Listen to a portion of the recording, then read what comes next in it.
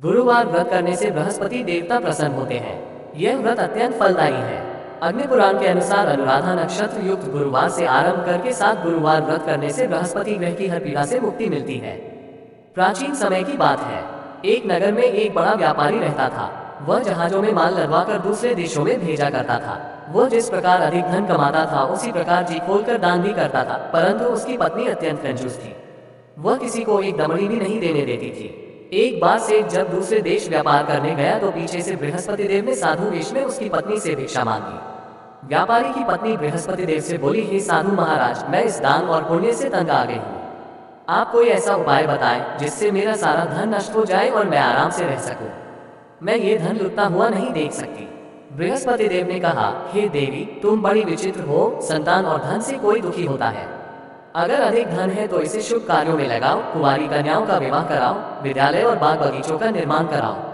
ऐसे पुण्य कार्य करने से तुम्हारा लोक परलोक सार्थक हो सकता है। परंतु साधु की इन बातों से व्यापारी की पत्नी को खुशी नहीं हुई।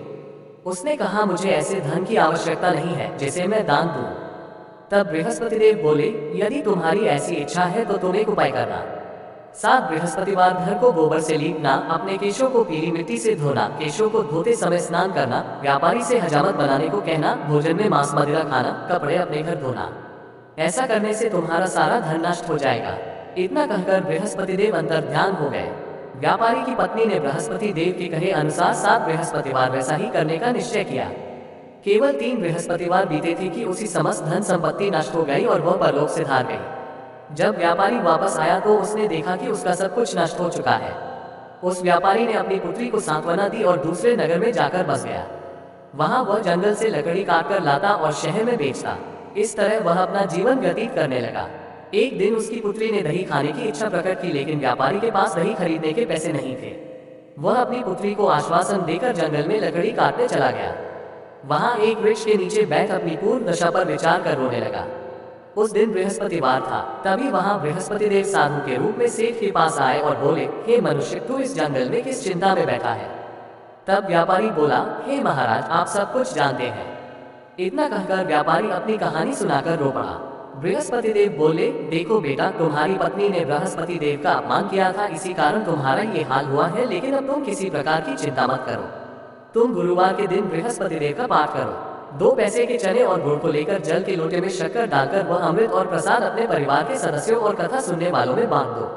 स्वयं भी प्रसाद और चरणामृत लो। भगवान तुम्हारा अवश्य कल्याण करेंगे। साधु की बात सुनकर व्यापारी बोला, महाराज, मुझे तो इतना भी नहीं बचता कि मैं अपनी पुत्री को दही लाकर दे सकूं। इस पर साधु जी बोले, तुम लकड़ियां शहर में बेचने जाना, तुम्हें लकड़ियों के दाम पहले से चौगुने मिलेंगे, जिससे तुम्हारे सारे कार्य सिद्ध हो जाएंगे। उसने लकड़ियां काटी और शहर में बेचने के लिए चल पड़ा। उसकी लकड़ियां अच्छे दाम में बिक गई, जिससे उसने अपनी पुत्री के लिए दही लिया और गुरुवार की कथा हेतु चना गुड़ लेकर कथा की और प्रसाद बांटकर स्वयं भी खाया। उसी दिन से उसकी सभी कठिनाइयां दूर होने लगी, परंतु अगले बृहस्पतिवार को वह कथा करना भूल गया।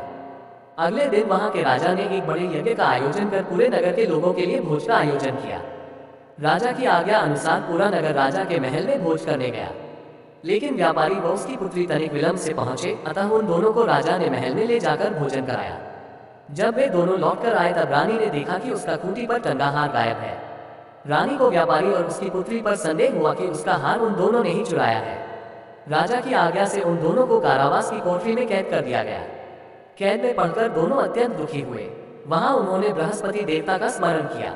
बृहस्पति देव ने प्रकट होकर व्यापारी को उसकी भूल का आभास कराया और उन्हें सलाह दी कि गुरुवार के दिन कैदखाने के दरवाजे पर तुम्हें 2 पैसे मिलेंगे, उनसे तुम चने और मुनक्का मंगवाकर विधिपूर्वक बृहस्पति देवता का पूजन करना। तुम्हारे सब दुख दूर हो जाएंगे। बृहस्पतिवार को कैदखाने के द्वार पर उन्हें 2 पैसे मिले। बाहर सड़क पर एक स्त्री जा रही थी। व्यापारी ने उसे बुलाकर गुड़ और चने लाने को कहा। इस पर वह स्त्री बोली, मैं अपनी बहू के लिए गहने लेने जा रही हूँ, मेरे पास समय नहीं है। इतना कहकर वह चली गई। थोड़ी देर बाद वहां से एक और स्त्री निकली। व्यापारी ने उसे बुलाकर कहा कि हे बहन, मुझे बृहस्पतिवार की कथा करनी है, तुम मुझे 2 पैसे का गुड़ चना ला दो। बृहस्पति देव का नाम सुनकर वह स्त्री बोली, भाई, मैं तुम्हें अभी गुड़ चना लाकर देती हूँ। मेरा इकलौता पुत्र मर गया है, मैं उसके लिए कफन लेने जा रही थी, लेकिन मैं पहले तुम्हारा काम करूंगी, उसके बाद अपने पुत्र के लिए कफन लाऊंगी। वह स्त्री बाजार से व्यापारी के लिए गुड़ चना ले आए और स्वयं भी बृहस्पति देव की कथा सुनी। कथा के समाप्त होने पर वह स्त्री कफन लेकर अपने घर गई। घर पर लोग उसके पुत्र की लाश को राम नाम सत्य है कहते हुए शमशान ले जाने की तैयारी कर रहे थे। स्त्री बोली, मुझे अपने लड़के का मुंह देख लेने दो। अपने पुत्र का मुंह देखकर उस स्त्री ने उसके मुंह में प्रसाद और चरणामृत डाला। प्रसाद और चरणामृत के प्रभाव से वह पुनः जीवित हो गया। पहली स्त्री जिसने बृहस्पति देव का निरादर किया था, वह जब अपने पुत्र के विवाह हेतु पुत्रवधू के लिए गहने लेकर लौटी और जैसे ही उसका पुत्र घोड़ी पर बैठकर निकला, वैसे ही घोड़ी ने ऐसी उछाल मारी कि वह घोड़ी से गिरकर मर गया। ये देख स्त्री रो रोकर बृहस्पति देव से क्षमा याचना करने लगी।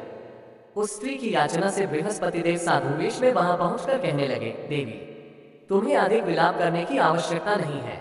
ये बृहस्पति देव का अनादर करने के कारण हुआ है।